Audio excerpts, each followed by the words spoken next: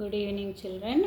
మనకి 8th క్లాస్కి సంబంధించి 1.1 దాంట్లో ఫస్ట్ బిట్కి సంబంధించిన ఆన్సర్స్ నేను ఇక్కడ మీకు చెప్తాను. ఒకసారి వీటిని చూడండి. 8/5 + 0 = 8/5 = 0 + 8/5. ఇది ఏం ప్రాపర్టీ? ఇప్పుడు ఇది అడిషన్ ఉంది. 8/5కి 0 యాడ్ చేస్తే 8/5 వచ్చింది కదా. అలాగే 0కి 8/5 యాడ్ చేసినా కూడా ఏమొస్తుంది? 8/5 అనేది వస్తుంది. కాబట్టి ఇది ఏం ప్రాపర్టీ అంటే అడిటివ్ ఐడెంటిటీ ప్రాపర్టీ. ఒకసారి నేను ఇక్కడ రాస్తాను చూడండి. ఈ బుక్లో ఉంది కదా ఆల్రెడీ.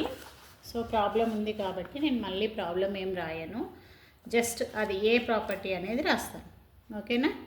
ఎక్సైజ్ 1.1కి సంబంధించి ఇప్పుడు ఫస్ట్ బిట్కి సంబంధించి చూడండి. First one 8/5 + 0 = 8/5, 0 + 8/5. ఓకే, సో ఇది ఏ ప్రాపర్టీ అంటే అడిటివ్ ఐడెంటిటీ. ఓకే, ఎందుకంటే 0ను అడిటివ్ ఐడెంటిటీ అంటాం కదా. So additive identity. Okay, next second one చూడండి. 2 × 3/5 + 1/2 = 2 × 3/5 + 2 × 1/2. సో ఇదే మనకు వచ్చేసి డిస్ట్రిబ్యూటివ్ లా. సో ఎందుకంటే ప్లస్ అడిషన్ మీద ఉంది అండ్ మల్టిప్లికేషన్ మీద కూడా ఉంది కాబట్టి దీన్ని మనం ఏమంటామంటే డిస్ట్రిబ్యూటివ్ లా అని అంటాం. ఓకే, అండ్ థర్డ్ వన్ చూడండి. 3/7 × 1 = 3/7 = 1 × 3/7. ఇది ఏంటిది అంటే ఇప్పుడు 0 ఉంటేనే అడిటివ్ ఐడెంటిటీ అన్నాం. 1 ఉంటే ఏమవుతుంది అంటే multiplicative identity. Multiplicative identity. Okay, అర్థమవుతుందా? నెక్స్ట్ ఫోర్త్ వన్ చూడండి. -2/5 × 1 = -2/5 = 1 × -2/5. సో ఇప్పుడు ఇదే ప్రాపర్టీ అవుతుంది అంటే ఇది కూడా same. -2/5 × 1 = -2/5 = 1 × -2/5. So same multiplicative identity. Okay, ఏ నెంబర్కైనా 1 కనుక 1తో కనుక ఇంటూ చేస్తే అదే నెంబర్ వస్తుంది కదా. So that is multiplicative identity. And fifth one చూడండి. 2/5 + 1/3 = 1/3 + 2/5. సో ఇది ఏంటిది? A + B = B + A రూపంలో ఉంది కాబట్టి ఇది కమ్యూటేటివ్ లా. కమ్యూటేటివ్ లా.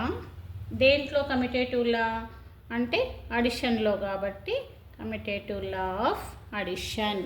ఇట్లా మనం రాయాలి. ఓకే, అండ్ సిక్స్త్ వన్ చూద్దాము. ఇప్పుడు సిక్స్త్ వన్ చూద్దాము. 5/2 × 3/7 = 15/14 అని వచ్చింది కదా. సో కాబట్టి ఇది ఏంటిది అంటే క్లోజర్ ప్రాపర్టీ. ఏంటిది? ఇది క్లోజర్ ప్రాపర్టీ. క్లోజర్ ప్రాపర్టీ మళ్ళీ ఎందులో క్లోజర్ ప్రాపర్టీ అంటే ఇన్ మల్టిప్లికేషన్. ఓకే, మల్టిప్లికేషన్లో closure property. And seventh one చూద్దాం. 7a + -7a = 0. 7aకి ఇన్వర్స్ ఏంటి? -7a. కాబట్టి ఇదేంటిది అంటే additive inverse. Additive inverse. And next చూడండి 8th వన్. x × 1/x = 1. ఇక్కడ x అనేది 0 కాకూడదు, డినామినేటర్లో 0 ఉండొద్దు కదా. సో ఇదేంటిది అంటే multiplicative inverse. Multiplicative inverse.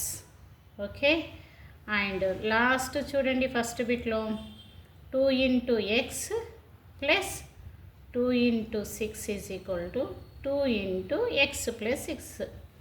So 2 common తీస్తే x + 6 ఉంటుంది కదా. ఇది మళ్ళీ again distributive law.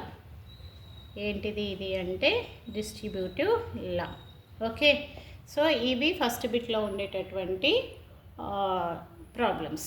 Okay, and second బిట్కి సంబంధించి చెప్తాను చూడండి. Right additive and multiplicative inverse of the following. Right additive inverse రాయాలి, మల్టిప్లికేషన్ ఇన్వర్స్ రాయాలి. సో ఇప్పుడు -3/5 తీసుకున్నాను అనుకోండి, దీనికి అడిటివ్ ఇన్వర్స్ ఏమవుతుంది? Additive inverse. Okay, additive inverse ఏమైతే మైనస్ ఉంటే ప్లస్ అవుతుంది. So additive inverse 3/4. మరి మల్టిప్లేటివ్ ఇన్వర్స్ ఏమవుతుంది? మల్టిప్లేటివ్ ఇన్వర్స్ ఏమవుతుంది? మల్టిప్లేటివ్ ఇన్వర్స్ అనేది మనకు ఉల్టా అవుతుంది అని చెప్పాము కదా. సో -5/3 అంటే ఇప్పుడు ఇక్కడ మీరు -3/5 + 3/5 యాడ్ చేస్తే మీకు ఏమొచ్చింది? 0 వచ్చింది. ఇక్కడ -3/5 ఇంటూ -5/3 మల్టిప్లికేషన్ చేస్తే ఏమొస్తుంది? 1 వస్తుంది అనమాట. అట్లా. ఓకే, అండ్ 1కి అడిటివ్ ఇన్వర్స్ షార్ట్కట్లో రాస్తున్న additive inverse 1 and multiplicative inverse additive inverse -1 and multiplicative inverse 1. And జీరోకి చూడండి, అడిటివ్ ఇన్వర్స్ అనేది అడిటివ్ ఇన్వర్స్ అంటే ఇక జీరోకి జీరోనే కదా.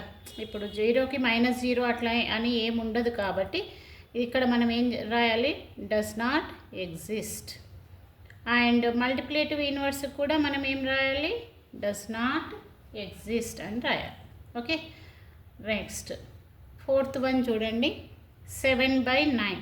7/9కి అడిటివ్ ఇన్వర్స్ ఏమవుతుంది? -7/9 అవుతుంది. మరి మల్టిప్లేటివ్ ఇన్వర్స్ ఏమవుతుంది? 9/7 అవుతుంది.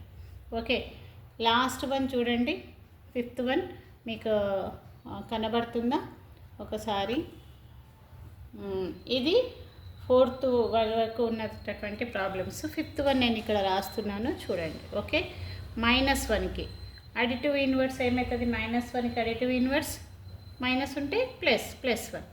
అండ్ మల్టిప్లేటివ్ ఇన్వర్స్ ఏమవుతుంది? -1కి -1 మైనస్ ఇంటూ మైనస్ ప్లస్ 1 1 1 అయిపోతుంది కాబట్టి మల్టిప్లేటివ్ ఇన్వర్స్. సో ఇవి first bit and second bit problems. Okay, మళ్ళీ థర్డ్ బిట్, 4th బిట్ అవన్నీ నేను మళ్ళీ తర్వాత మీకు చెప్తాను. ఓకే.